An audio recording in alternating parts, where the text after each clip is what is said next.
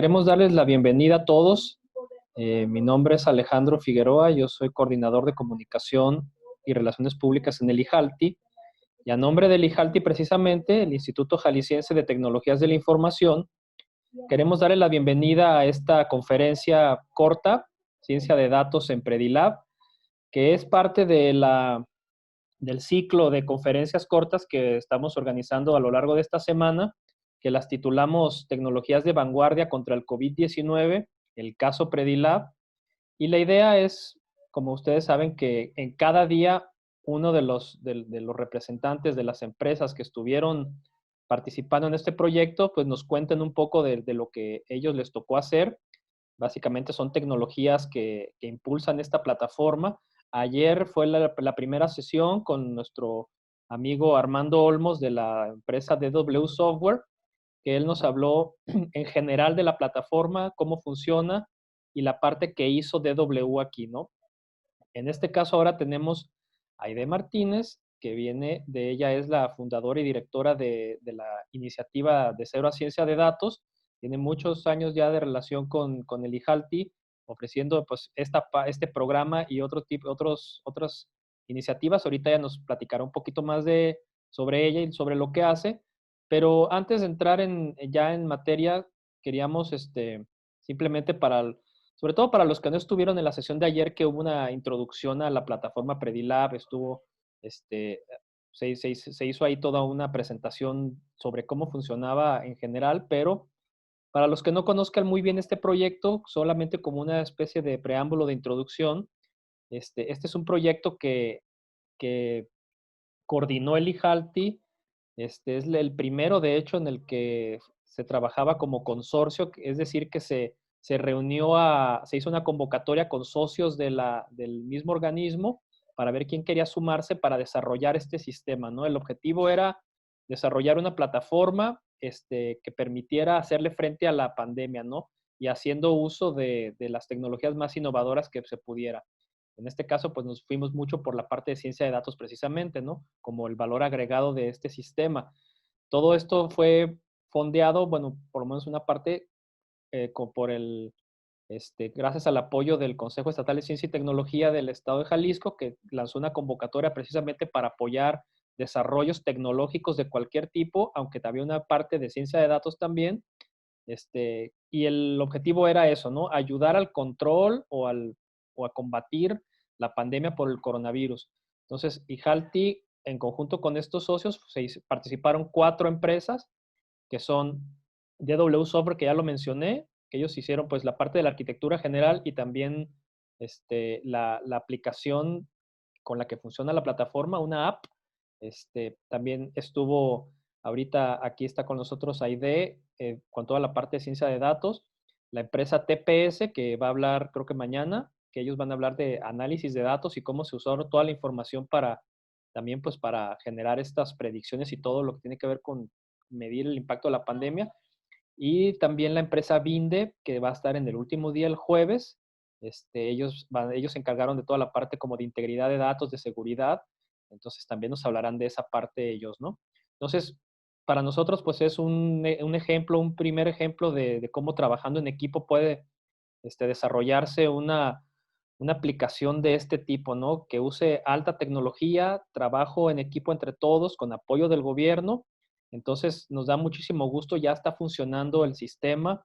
Los invitamos también a que prueben la plataforma, que descarguen la app. Al ratito les pondremos ahí donde está la dirección. Entre más gente lo use, mejor funciona la plataforma precisamente porque necesita datos para poder operar y dar el valor que tiene, ¿no? Entonces, pues yo creo que ya sin más preámbulo voy a dejar a Aide para que primero nos platique un poquito sobre ella.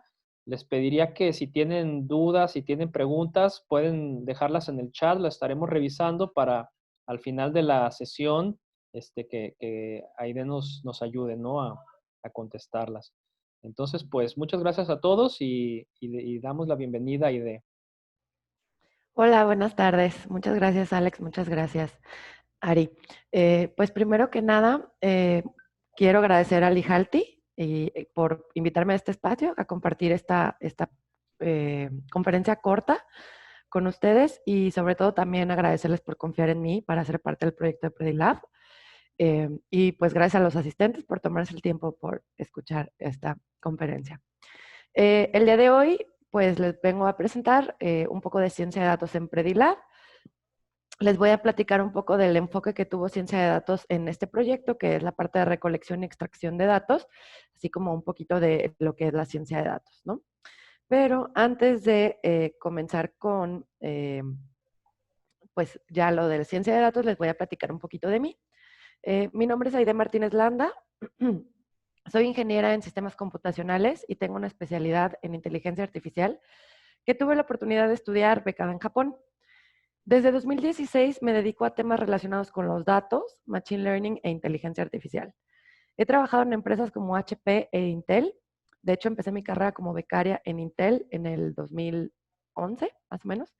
En 2018 fundé con ayuda de Lijalti, muchas gracias de nuevo, de Cero a Ciencia de Datos, que más adelante les platico más detalles del curso, pero a grandes rasgos, de Cero a Ciencia de Datos inició como una iniciativa, como un curso que se planeaba fuera de una sola ocasión, un curso de programación enfocado en ciencia de datos para personas que nunca habían programado o ya habían programado o lo que fuera.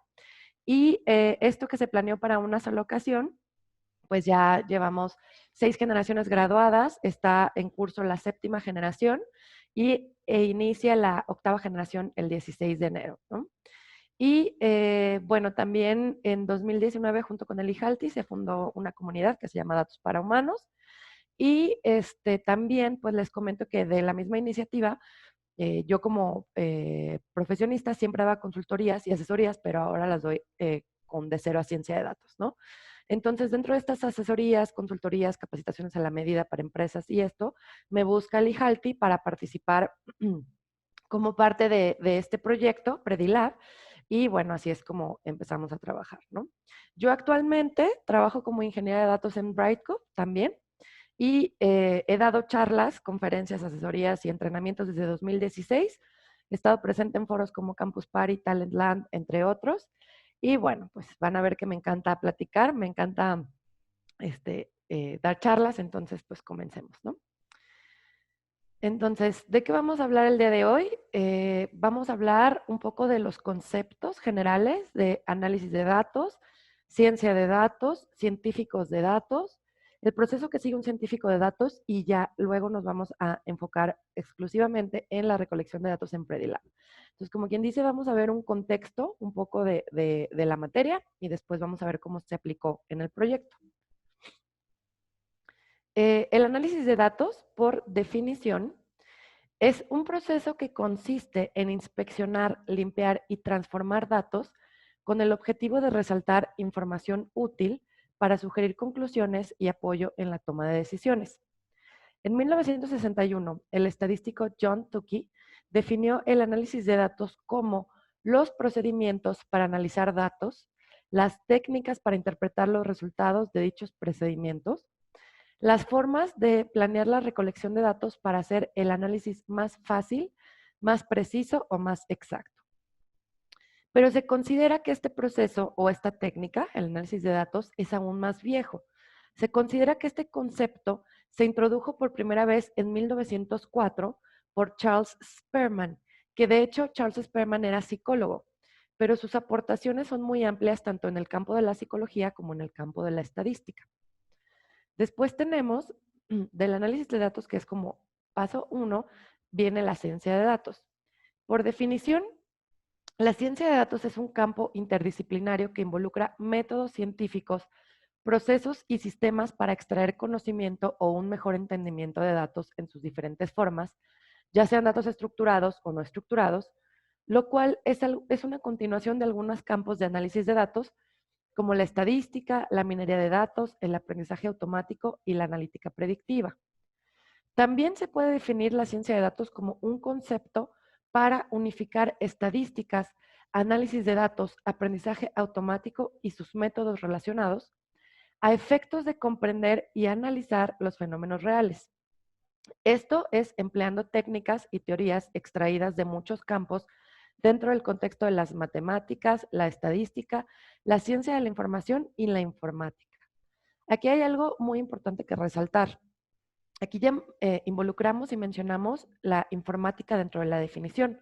Cuando hablábamos puramente del análisis de datos, pues el análisis de datos puede ser simple, puede ser simplemente visual o en un cuaderno o manual, lo que sea, pero aquí para la ciencia de datos ya involucra casi como requisito la informática. Y en 1996, el término ciencia de datos fue utilizado por primera vez en una conferencia que se llamaba Ciencia de Datos, Clasificación y Métodos Relacionados. En 1997, Jeff Wu dio una charla llamada Statistics Equals Data Science o Estadísticas igual a Data Science, donde él describió al trabajo estadístico como una trilogía conformada por recolección de datos, análisis y modelado de datos y la toma de decisiones.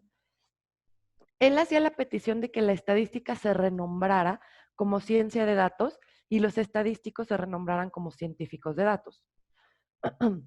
Así como el análisis de datos, la ciencia de datos es interdisciplinaria. Esto quiere decir que se puede aplicar a cualquier conjunto de datos. Del área que sea, puede funcionar como un acompañamiento. No necesariamente la ciencia de datos es exclusiva para tecnología o para informática o para estas cosas.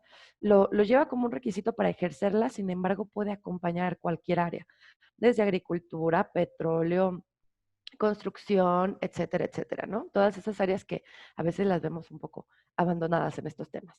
Pero bueno, en el curso que les comento que yo doy, siempre trato de mostrar datasets diversos o hacer ejercicios con datos diversos de diferentes temas, como música, psicología, medicina, etcétera, para justo hacer este punto, hacer énfasis en este punto de que la ciencia de datos se puede aplicar en cualquier área o contexto. Después tenemos, ok, ya sabemos qué es la ciencia de datos, entonces, ¿qué viene siendo o qué es un científico de datos? A los científicos de datos se les define como una mezcla de estadísticos, computólogos y pensadores creativos con las siguientes habilidades. Recopilar, procesar y extraer valor de las diversas y extensas bases de datos. Imaginación para comprender, visualizar y comunicar sus conclusiones a los no científicos de datos. Capacidad para crear soluciones basadas en datos que aumentan los beneficios y reducen los costos. Y los científicos de datos trabajan en todas las industrias y hacen frente a los grandes proyectos de datos en todos los niveles. Es muy importante, todo esto que se menciona es muy importante porque generalmente el stakeholder o el cliente o la persona con la que está trabajando un científico de datos no es científico de datos. Entonces, la capacidad de comunicar las conclusiones, así como las predicciones y las maneras en las que se llegó a estas es primordial.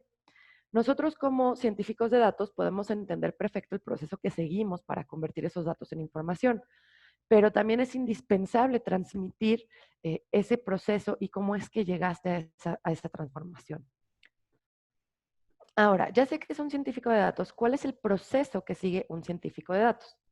Que el proceso es simple, es como un timeline.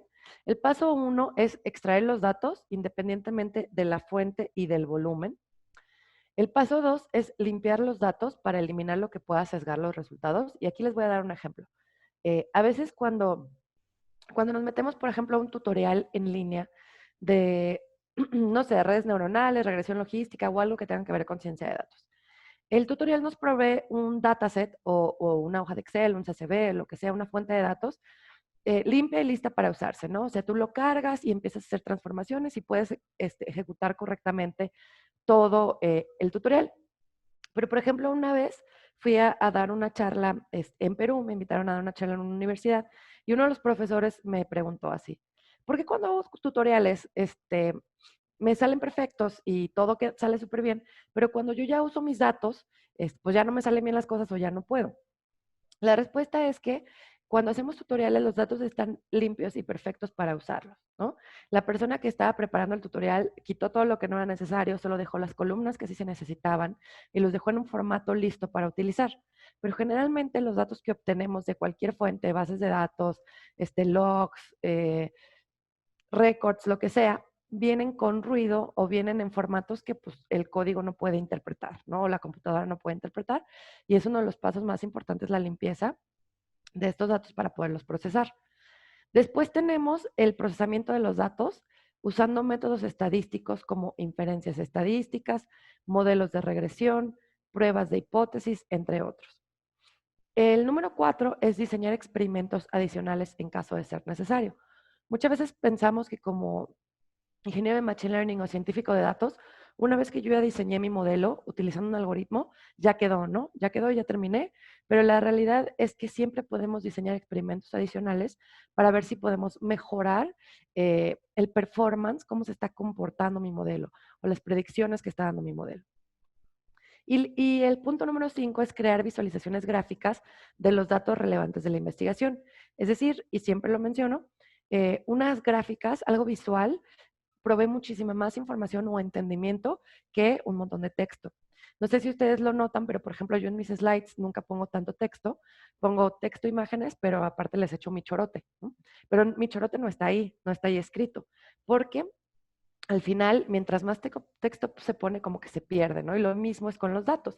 Si yo pongo un montón de datos y te pongo, porcentajes y todo, pues se puede llegar a perder. Pero si tú pones gráficas, gráficas de pastel, gráficas de barras y este tipo de imágenes y visualizaciones, puedes lograr que se entienda mejor el mensaje o lo que estás tratando de predecir. Y algo muy importante es que este proceso que sigue un científico de datos no es plano, es decir, es iterativo, se repite las veces que sea necesaria. Sobre todo, por ejemplo, en empresas donde se reciben datos vivos. Por ejemplo, si trabajamos en Airbnb, que todo el día recibe más de 200,000 solicitudes y clics y consultas de lugares, bueno, antes de la pandemia, ¿verdad? Ahorita igual podemos decir Uber Eats. Entonces, Uber Eats que recibe un montón de visitas y todo eso, la información que recibe está viva. Eso quiere decir que constantemente está recibiendo información, recibiendo información. Entonces, nuestro modelo lo tenemos que ir ajustando para los datos que va recibiendo.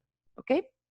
Entonces, Nathan Yu, que es un doctor en estadística, él dijo lo siguiente: el científico de datos es un estadístico que debería aprender interfaces de programación de aplicaciones, bases de datos y extracción de datos.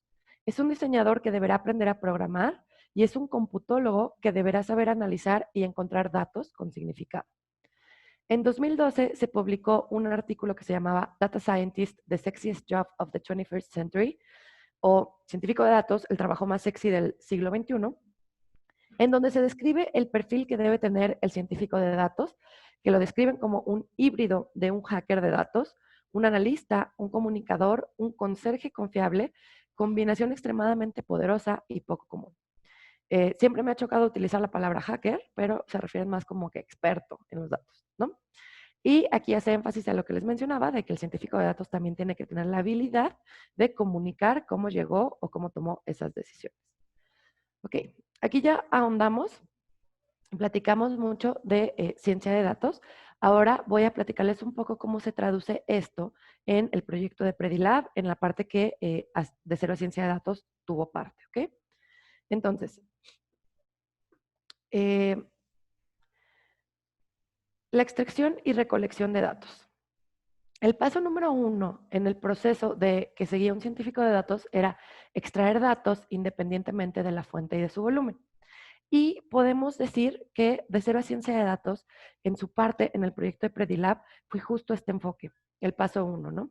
Extraer datos independientemente de la fuente y su volumen, pero la situación que teníamos nosotros en este momento es que teníamos que generar datos.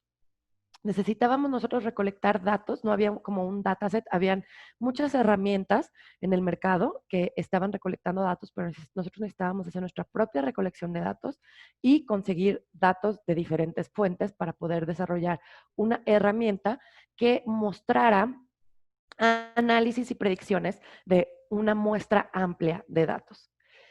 Como lo mencioné una vez más, en esta parte nos enfocamos en el primer paso, en el cual se llevó a cabo una investigación profunda tanto del contenido como de la manera correcta para desplegar las preguntas. Me refiero a que nosotros decidimos desarrollar una encuesta para la aplicación de Predilab. Esta encuesta, su fin era generar ese dataset con el que íbamos a trabajar en conjunto con otras fuentes de datos. Pero para hacer esta encuesta nosotros nos enfrentábamos con una situación complicada, que era que muchas personas no quieren dar los datos reales, ¿no? Nos genera desconfianza compartir nuestros datos con un sistema, ¿no? Entonces tuvo que desarrollar una investigación profunda del contenido de lo que queríamos saber, tanto de la manera correcta, perdón, tanto de la manera correcta en la que se deberían, perdón, en la que se deberían desplegar las preguntas para poder desarrollar una encuesta que nos permitiera obtener datos de los jaliscienses, que no solo fueran datos reales, sino que también reflejaran una muestra amplia de la población. La encuesta incluyó 3 partes. Tenía datos generales, antecedentes médicos y síntomas actuales. El desarrollo de la encuesta fue evolucionando. Las personas respondían la encuesta, nos compartían su retroalimentación de la misma y se hacían los ajustes correspondientes para que la experiencia del usuario al responder la encuesta fuera buena, así como lo ven en la gráfica de aquí. El primer paso fue la investigación y desarrollo de la encuesta, ¿no? Se hizo un benchmark y comparación con otras herramientas y encuestas que ya existían para extraer datos de posibles contagios o contactos con COVID-19. Entonces, se realizó este benchmark con todas las herramientas desarrolladas a nivel nacional, a nivel estatal, y con base en esta investigación y este benchmark, se trabajó en qué datos son los que queremos recolectar. Una vez que teníamos ya esa información, nos pusimos a desarrollar las preguntas para la encuesta. Y al desarrollarlas, tuvimos ese cuidado de que la pregunta fuera lo más amigable posible para generar esa confianza y compartir la información. ¿Ok? Y hubo varias versiones de la encuesta, creo que actualmente está la cuarta, porque recibíamos retroalimentación tanto de las personas que respondían a la encuesta como de otros colaboradores, tanto del equipo de Predilab como de otros equipos que también estaban siendo apoyados por el CUESIT-HAL. Entonces, con base en esta retroalimentación y feedback que nos daban las diferentes personas, fuimos mejorando la encuesta hasta que ya quedó en la versión que actualmente está en el sitio web. La encuesta, podemos ver aquí en esta slide, bueno, se ve muy chiquito, pero este es el link en donde se puede encontrar la encuesta. Y estas son las 3 partes por las que está formada. No es el cuestionario completo porque por motivos de diseño de estas slides, pues tratamos de tomar screenshots cuadrados, pero si se meten a la encuesta pueden ver tal cual las preguntas. Como les comentaba, está dividida en 3 partes. La primera parte es datos generales, donde te preguntaba, pues, nombre, número de celular, que era un dato muy complicado y muy delicado, que teníamos que generar esa confianza. Fecha de nacimiento, escolaridad, situación de vivienda, número de habitantes en casa, código postal y todos los datos más geográficos, ¿no? De la persona, edad, estado civil, etcétera, etcétera, ¿no? Después venía la parte de antecedentes médicos, que es donde, como para poder relacionar con la finalidad de poder relacionar posibles, ¿cómo se dice? Padecimientos anteriores con la posible contagio de COVID, estábamos recolectando este tipo de información, que eran preguntas tipo, si alguna vez se ha aplicado la vacuna de tuberculosis, si padece Alzheimer, algún antecedente de evento vascular cerebral, y muchos de estos datos que investigaciones arrojaban que era posible que personas que presentaran estos antecedentes también eran más predispuestos a contagiarse de COVID-19.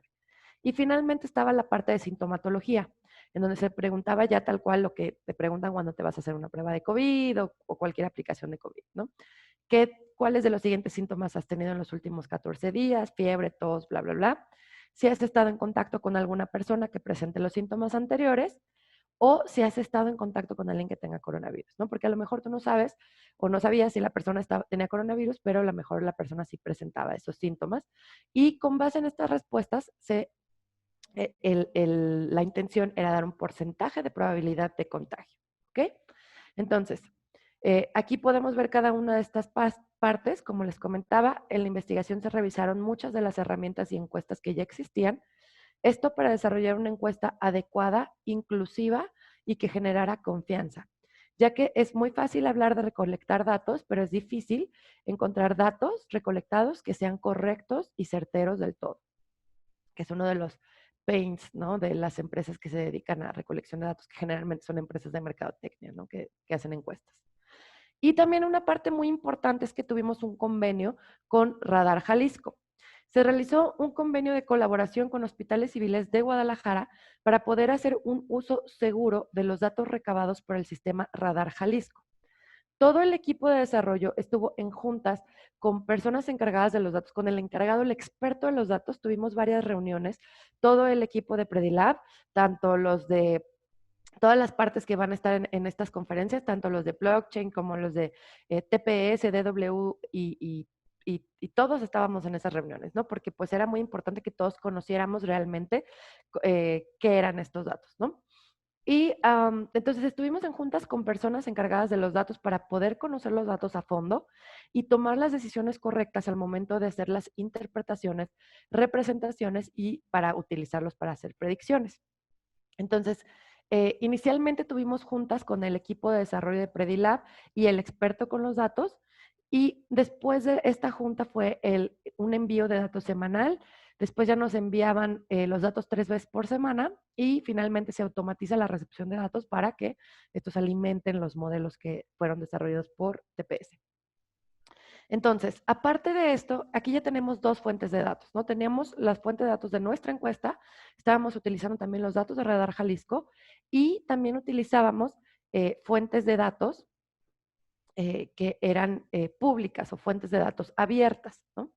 Como las bases de datos federales, la de gov.mx/coronavirus, estaban utilizando unas del estado de Jalisco, y todas estas fuentes, estas tres fuentes de datos, encuesta, Radar Jalisco y las bases de datos de gobierno, nos ayudaron para desarrollar los diferentes modelos de ciencia de datos que se presentan en Predilab.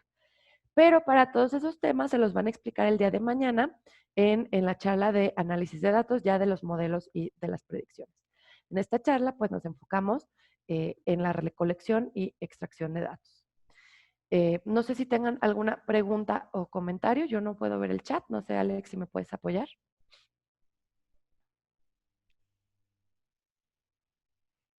Oh, yo lo abro. No, hasta ahorita no hay ningún comentario. Yo creo que podemos Pregunta, comentario. proseguir y los invitamos Pues otra vez. es todo lo que tengo. Es todo lo que tengo para ustedes. Es un poquito, pues nada más de ciencia de datos y la parte de recolección y extracción de datos. Entonces, pues les agradezco mucho que hayan Perdón, tomado el tiempo para estar perdón, Mándeme. Aide, sí llegaba una pregunta que sí, qué tan importante era la recolección la planeación de la información para su posterior procesamiento en la plataforma. Pues yo creo que es una de las más importantes porque no solo en el proyecto en Predilab, sino como que en los proyectos en general en ciencia de datos, eh, el paso más importante es pues tener datos correctos, ¿no? Puedes hacer un modelo muy fregón y que esté padrísimo y que tenga unas predicciones increíbles, pero si tus datos no son confiables y no son ciertos y a lo mejor vienen con sesgos o no están limpios, tu modelo pues iba a estar dando predicciones, pero no van a estar cercanas a la realidad en lo más mínimo, ¿no? Entonces, probablemente estés proveyendo información incorrecta o información no tan cierta, que yo creo que de un proyecto de esta magnitud, pues sí era algo que no podemos hacer. Mira, aquí veo otra Sí, pregunta. exacto. Están poniendo algunos comentarios. Dice, muchas gracias. Está genial esta rama del desarrollo del software. Muchas gracias. Si les interesa más, está el curso. Y De acuerdo a preguntan tu también, experiencia. Sí, dime. no, bueno, de acuerdo a tu experiencia, ¿cuál es el papel que juega el, el HPC Ajá. en la ciencia de datos? ¿Y qué ¿Qué lenguajes lenguajes visualizas? visualizas que se utilicen para programar en paralelo? Perdón, se me estaba cerrando esta cosa. Bueno, la programación en paralelo en ciencia de datos. Bueno, yo lo que uso y lo que doy en mi curso generalmente es Python, ¿no? Los que se usan más ahorita son Python, R, Scala y no me acuerdo cuál otro lenguaje. Pero la programación en paralelo lo veo como tema en el curso, solo para entender que es un tipo de programación, pero Pues depende, ¿no? Porque hoy en día, bueno, esto ya me saca un poquito de este tema, pero hoy en día la programación en paralelo puede ser simulada por software o tal cual en hardware, ¿no? Entonces tenemos lenguajes como Python que nos permiten hacer programación en paralelo o simular esta programación en paralelo a nivel software y nos permiten eficientar y hacer rápido los cálculos, pero si aparte tenemos paralelización en hardware, pues es mucho más rápido el entrenamiento, por ejemplo, de una red neuronal o de un modelo, ¿no? Muy bien, muchas gracias. Pues creo que son todas los comentarios o preguntas. Queremos pues agradecerle nuevamente a Aide por esta pequeña plática muy interesante. Los- Ah, mira, creo creo que que hay llegó otra otra más. preguntita. Ajá. ¿Cómo se actualizan los datos de los usuarios que utilizan la app? Es decir, cuando llenan la encuesta al instalar la app pueden no estar enfermos y con el tiempo se contagian. ¿Hay manera de actualizar la información? Sí, qué buena pregunta. De hecho, la idea es que esta encuesta se conteste cada 2 semanas, ¿no? Cada 14 días, en lapsos de 14 días. Em, si tú la instalas y la contestas una sola vez y luego ya no la pelas, pues bueno, sí nos diste datos, pero pues no estamos viendo como el escenario real, ¿no? Entonces, se espera que actualices esta encuesta cada 14 días, ¿no? Con tus síntomas actuales, tu sintomatía, o si algo cambia, que puedas actualizarlo para apoyar en la prevención de los contagios, ¿no? Incluso hay una opción dentro de la app para reportar que tienes COVID, ¿no? Ujú. Entonces puedes así directamente ponerle ahí que eres positivo a COVID y en teoría te deberían mostrar algunas opciones y unas cosas, pues, ¿no? Pero Sí, sí, esto incluso es, puedes seleccionar hasta tus contactos de teléfono con las personas si reportas que tienes COVID, personas que has estado en contacto o personas que vivan en tu casa para que les llegue un mensaje, nada más, o sea, no es intrusivo ni nada de que, oh, te vamos a encarcelar, es como de que, oye, fíjate que puede que estuviste en contacto con una persona que probablemente tenga COVID, entonces, pues, te recomendamos checarte, ¿no? sí, exacto. La idea no es balconear a nadie ni que te salga Exacto, fulanito tiene COVID, sino que más bien exactamente. te avisa de que alguien de Uno de cercano tus a ti. contactos, ujú, Exactamente, entonces para que tú estés al pendiente de tus síntomas, pues estés así más, ¿no? ujú. Y Sí, en el sitio web, déjenme regreso unas slides, tantito para acá, en cuanto recupere mi mouse, ya. Aquí si se van a predilab.org.mx, en la parte de las gráficas o el dashboard, ahí pueden ver pues toda la información, todo lo que se genera con esta información, ¿no? Ahí tenemos desde mapas de calor hasta a incidencia en Jalisco, etcétera, etcétera. Entonces, esos gráficos están muy interesantes, como les comentaba, nos dicen más que un artículo, ¿no? O que alguien te cuente. Unos gráficos que ya te presentan así, cómo ha subido y bajado, pues dicen más que todo lo demás. Y esa información que recolectamos, esa información que nosotros metemos en la encuesta, pues es literal el alimento para estas gráficas, ¿no? Entonces, sí es una parte esencial. y esa parte se lo recomendamos mucho que lo revisen en el sitio web porque luego son gráficas hasta interactivas, puedes tú Exacto. manipularlas y hay de muchísimas cosas, desde casos, por edad, por sexo, los síntomas más y más reportados, muchas cosas muy Hay, interesantes. mañana se las van a explicar a detalle, las van a mostrar incluso el cómo usarlas y todo, pero sí, no duden en darle un vistazo porque sí son unas gráficas que prueben mucha información y fue un trabajo muy chido. Sí, los invitamos a que tienen ya, en realidad les mandaron la liga, si se registraron a una de estas conferencias, les llegan las ligas de todas. Mañana es específicamente de la parte como de análisis de datos y nos van a platicar de todos los modelos predictivos, todo lo que hicieron precisamente para aprovechar estos datos y con eso poder pues generar pronósticos y estar adelante, ¿no? De la pandemia. Entonces, la de mañana también es como es continuación, pues digamos, entonces les recomendamos que también se conecten, son pláticas como ven cortas, muy interesantes. Entonces, pues simplemente pues agradecer otra vez a Aide por el tiempo de estar aquí con nosotros explicando esto y nuevamente les hacemos la invitación a que se conecten, que visiten y nos sigan en nuestras redes sociales del IJALTI, donde ahí estamos todo el tiempo compartiendo este tipo de eventos y otra información muy interesante, ¿no? Entonces, pues muchas gracias a todos, muchas gracias Aide por tu tiempo y No, estamos gracias a entonces en todos. contacto y nos vemos mañana. Muchas gracias y gracias a Lijalti, como siempre, por invitarme. Gracias, gracias a ti. Hasta luego.